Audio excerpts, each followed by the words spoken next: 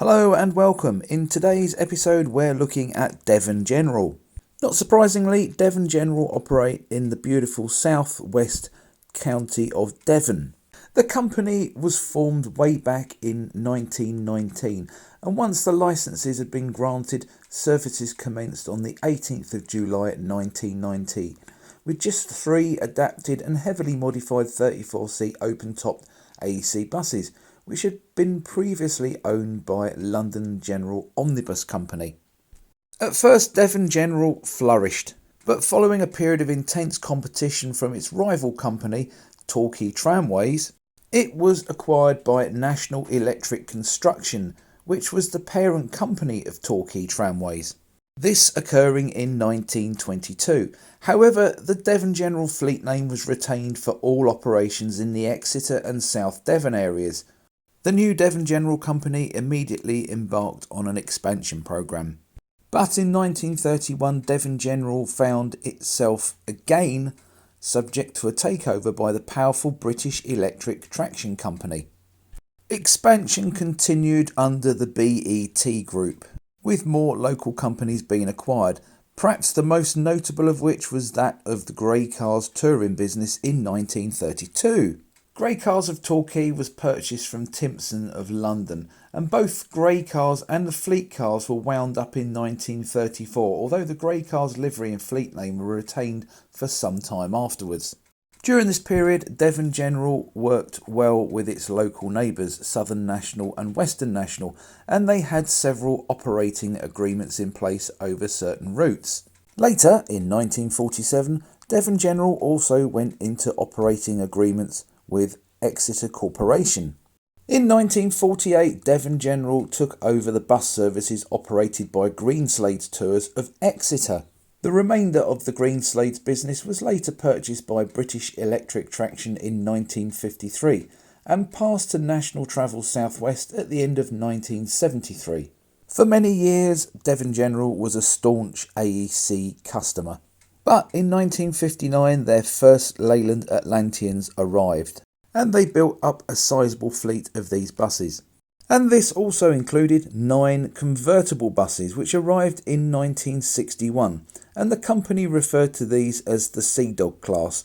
Each was named after a famous seafarer, and it can be argued that with the colour scheme these were some of the most beautiful Atlanteans actually ever made. Well, in my opinion anyway. However, despite all this, Devon General did take various batches of AEC Regents into the 1960s.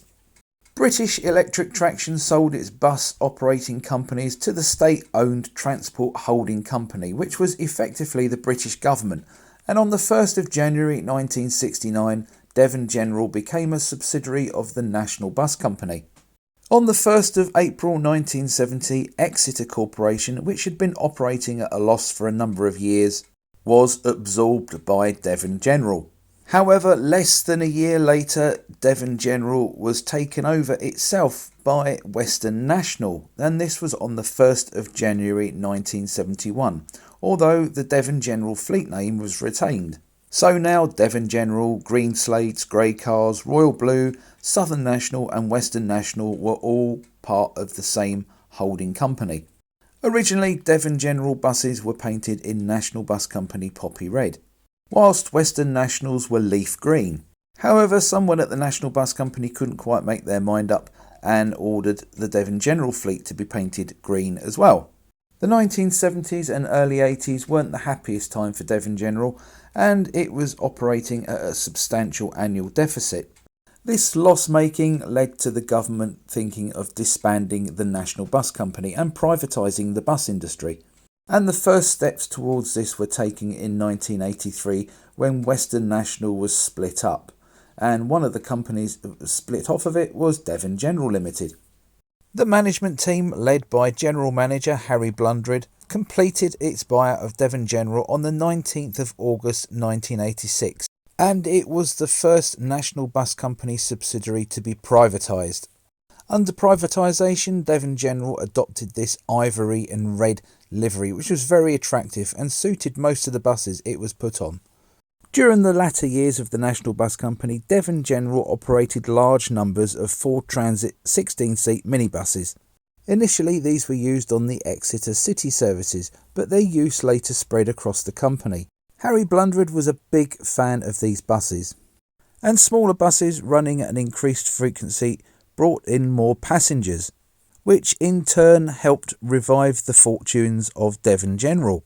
Harry Blundred gained something of a reputation of a trailblazer within the British bus industry, and within a short while the Exeter-based Transit Holdings was formed, which became the parent company of Devon General.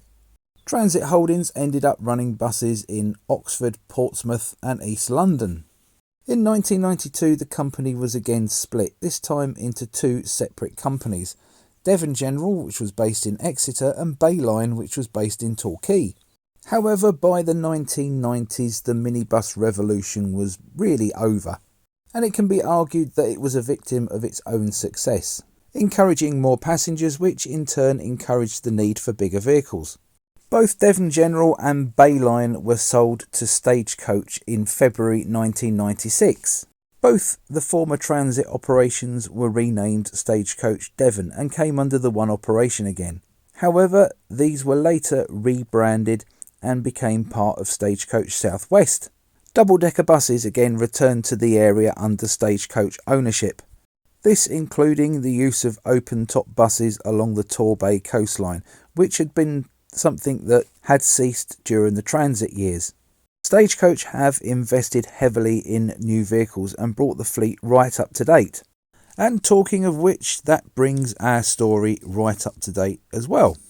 I hope you enjoyed this episode of the A to Z of National Bus Company Subsidiaries. If you did, please like and share this video and consider subscribing to my channel. It's free and you will receive notifications of when I make further releases in this series.